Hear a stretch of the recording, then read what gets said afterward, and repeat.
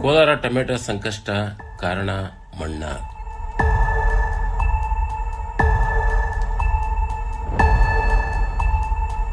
ರೈತ ಬಾಂಧವರೇ ನೋಡಿ, ಕೋಲಾರ ಜಿಲ್ಲೆ ಇಡೀ ಕರ್ನಾಟಕಕ್ಕೆ ಮತ್ತು ಬೇರೆ ರಾಷ್ಟ್ರಗಳಿಗೂ ಸಹ ಟೊಮೆಟೊವನ್ನು ಪೂರೈಸ್ತಾ ಇದೆ.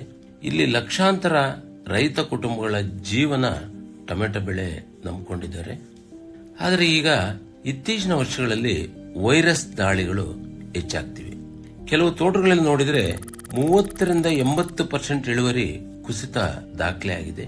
ಇದಕ್ಕೆ ಮುಖ್ಯ ಕಾರಣ virus, tomato leaf curl virus.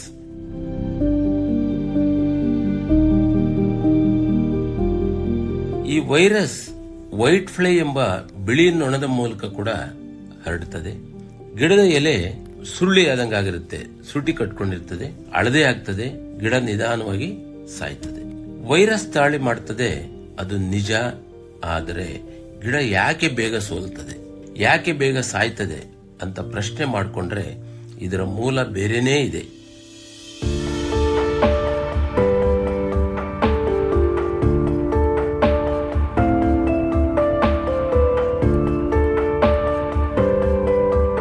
Kolar ಜಿಲ್ಲೆಯ ಬಹುತೇಕ ಹೊಲಗಳಲ್ಲಿ ಸಾಯಿಲ್ ಆರ್ಗ್ಯಾನಿಕ್ ಕಾರ್ಬನ್ SOC ಅಂತಾರೆ ಪ್ರಮಾಣ ಎಷ್ಟಿದೆ ಗೊತ್ತಾ? ಕೇವಲ 0.3% ಇಂದ 0.4% ಮಾತ್ರ. ಆರೋಗ್ಯಕರ ಟೊಮೆಟೊ ಬೆಳೆಯಲು ಬೇಕಾಗಿರೋದು ಕನಿಷ್ಠ 0.75% ರಿಂದ 1% ಸಾಯಿಲ್ ಆರ್ಗ್ಯಾನಿಕ್ ಕಾರ್ಬನ್ ನ ಅವಶ್ಯಕತೆ ಇದೆ. ಒಂದಕ್ಕಿಂತ ಹೆಚ್ಚಿದ್ರೆ ಬಹಳ ಉತ್ತಮ.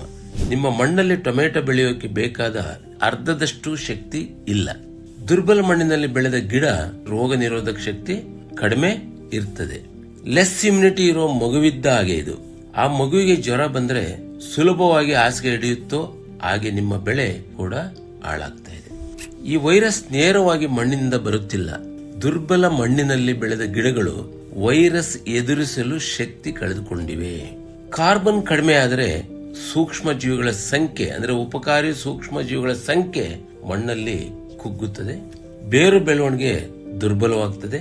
ಪೋಷಕಾಂಶಗಳನ್ನ ಹೀರ್ಕೊಳ್ಳುವಂತ ಶಕ್ತಿ ಬೇರುಗಳಿಗೆ ಕಡಿಮೆ ಆಗ್ತದೆ. ಕೊನೆಯದಾಗಿ ಗಿಡ ವೈರಸ್ ದಾಳಿಗೆ ತುತ್ತಾಗ್ತದೆ. ಈ ಪರಿಸ್ಥಿತಿಯನ್ನೇ ವಿಜ್ಞಾನದಲ್ಲಿ ಸಾಯಿಲ್ ಡಿಗ್ರೇಡೇಷನ್ ಎಂದು ಕರೀತಾರೆ. ಇದರ ಪರಿಣಾಮ ನೀವು ಅನುಭವಿಸ್ತಾ ಇದ್ರಿ. ಉತ್ಪಾದನೆ ಕುಸಿತ ಆಗ್ತಕ್ಕಂಥದ್ದು, ಉತ್ಪಾದನಾ ವೆಚ್ಚ ಹೆಚ್ಚಾಗ್ತಾ ಇದೆ, ಇಳುವರಿ ಮಾತ್ರ ಇಳಿಯುತ್ತಲೇ ಇದೆ. ಕೆಲವರು ಬ್ಯಾಂಕ್ ಸಾಲ ತೀರಿಸಲಾಗದೆ ಒದ್ದಾಡ್ತಾ ಇದ್ದಾರೆ. ಇನ್ ಕೆಲವರು ಕೋಲಾರ ಬಿಟ್ಟು ಬೇರೆ ಜಿಲ್ಲೆಗಳಿಗೆ ಹೋಗ್ತಾ ಇದ್ದಾರೆ ಟೊಮೆಟೊ ಮಾಡಲಿಕ್ಕೆ. ಇದು ಕೇವಲ ಕೃಷಿ ಸಮಸ್ಯೆ ಅಲ್ಲ ಗೆಳೆಯರೇ, ಇದು ನಮ್ಮ ಮುಂದಿನ ಪೀಳಿಗೆಯ ಭವಿಷ್ಯದ ಪ್ರಶ್ನೆ. ಮಣ್ಣನ್ನು ಸರಿ ಮಾಡೋಕೆ ವರ್ಷಗಟ್ಟಲೆ ಬೇಕಾಗಲ್ಲ.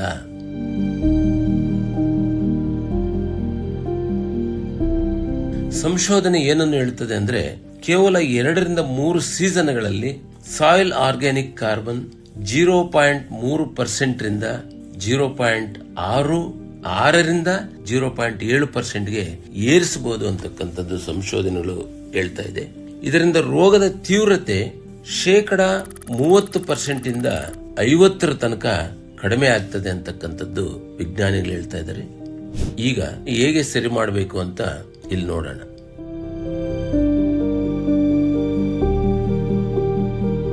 ಸಾಯಿಲ್ ಡಿಗ್ರೇಡೇಷನ್ ಅಂತಕ್ಕಂಥದ್ದು ಏನು ಆಗಿದೆಯೋ ಅದನ್ನ ರೀಜನರೇಷನ್, ಅಂದ್ರೆ ಅದಕ್ಕೆ ಒಂದು ಜೀವವನ್ನು ತುಂಬಿಸುವಂತ ಕೆಲಸ ಆಗಬೇಕು. ಸೊ ಇದಕ್ಕೆ ಇಡೀ ದೇಶದಲ್ಲಿ ಪರಿಹಾರ ಇರ್ತಕ್ಕಂಥದ್ದು 14 ವರ್ಷದಲ್ಲಿ ಪ್ರೂವ್ ಮಾಡಿರ್ತಕ್ಕಂಥ ಒಂದು ಜೈವಿಕ ಒಳಸುರಿ ಇದೆ. ಸೊ ಅದೇ ಡಾಕ್ಟರ್ ಸಾಯಿಲ್ ಜೈವಿಕ ಗೊಬ್ಬರ. ಇದನ್ನ ಮಣ್ಣಿಗೆ ಕೊಟ್ರೆ 15ರಿಂದ 20 ದಿನಗಳಲ್ಲಿ ಮಣ್ಣಿನಲ್ಲಿ ಎರೆಹುಳುಗಳು ಉತ್ಪತ್ತಿ ಆಗ್ತಾ, ಕೋಟ್ಯಾನುಕೋಟಿ ಉಪಕಾರಿ ಸೂಕ್ಷ್ಮಾಣು ಜೀವಿಗಳು ಅಭಿವೃದ್ಧಿ ಆಗ್ತಾ, ಸೊ ಮಣ್ಣನ್ನ ಜೀವ ತುಂಬುತ್ತದೆ, ಅಂದ್ರೆ ರೀಜನರೇಟ್ ಆಗ್ತದೆ. ಆ ರೀಜನರೇಟ್ ಆಗಿ ಮಣ್ಣಿನಲ್ಲಿರ್ತಕ್ಕಂಥ ತ್ಯಾಜ್ಯಗಳನ್ನ ಕಳಿಸುವುದರ ಮುಖಾಂತರ, ಪೋಷಕಾಂಶಗಳ ಅವೈಲಬಿಲಿಟಿನ ಹೆಚ್ಚು ಮಾಡೋದ್ರ ಮುಖಾಂತರ ಏನೆಲ್ಲ ಸಮಸ್ಯೆಗಳಿಗೆ ನೀವು ಕೇಳಿಸ್ಕೊಂಡ್ರೋ ಅದು ಒಂದೊಂದಾಗಿ ಸರಿ ಹೋಗ್ತಾ ಬರ್ತದೆ. ಸೊ ಇದಕ್ಕೆ ಯಾವುದೇ ತೋಟದಲ್ಲಿ 5% ತ್ಯಾಜ್ಯಗಳನ್ನ ನಿರ್ವಹಣೆ ಮಾಡೋದು ಬಹಳ ಇಂಪಾರ್ಟೆಂಟ್. ಸೊ ಎಕರೆಗೆ 8ರಿಂದ 10 ಟನ್ ಕಾಂಪೋಸ್ಟ್.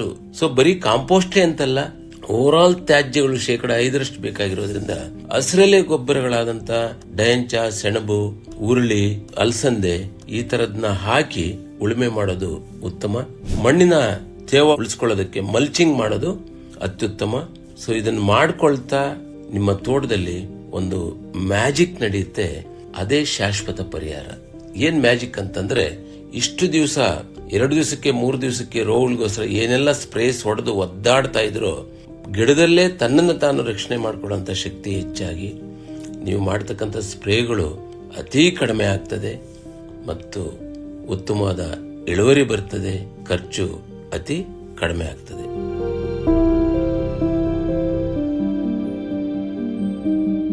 ರೈತ ಬಂಧುಗಳೇ, ಟೊಮೆಟೊ ಲೀಫ್ ಕರ್ಲ್ ವೈರಸ್ ವಿರುದ್ಧ ಹೋರಾಡಬೇಕಾದ್ರೆ ಮೊದಲು ನಿಮ್ಮ ಮಣ್ಣನ್ನು ಬಲಿಷ್ಠ ಮಾಡಿಕೊಳ್ಳಿ. ಮಣ್ಣು ಆರೋಗ್ಯವಾದ್ರೆ ಗಿಡ ಆರೋಗ್ಯವಾಗ್ತದೆ. ಗಿಡ ಆರೋಗ್ಯವಾದರೆ ಇಳುವರಿ ಜಾಸ್ತಿ ಆಗ್ತದೆ. ಇಳುವರಿ ಜಾಸ್ತಿ ಆದರೆ ನಿಮ್ಮ ಕುಟುಂಬ ಚೆನ್ನಾಗಿ ಬದುಕ್ತದೆ. ನಿಮ್ಮ ಹೊಲದ SOC ಎಷ್ಟಿದೆ ಎಂದು ತಿಳಿಯಲು ಕೆಳಗೆ ನೀಡಿರುವ ನಂಬರ್ಗೆ ಕಾಲ್ ಮಾಡಿ. ನಮ್ಮ ಪ್ರತಿನಿಧಿಗಳು ಕೋಲಾರದ ಎಲ್ಲಾ ಭಾಗಗಳಲ್ಲೂ ಇದ್ದಾರೆ. ನಿಮ್ಮ ತೋಟಕ್ಕೆ ಬಂದು ಡಿಜಿಟಲ್ ಮಣ್ಣು ಪರೀಕ್ಷೆ ಮಾಡಿ ಅಲ್ಲೇ ನಿಮಗೆ ಸೊಲ್ಯೂಷನ್ ತಿಳಿಸ್ಕೊಡ್ತಾರೆ.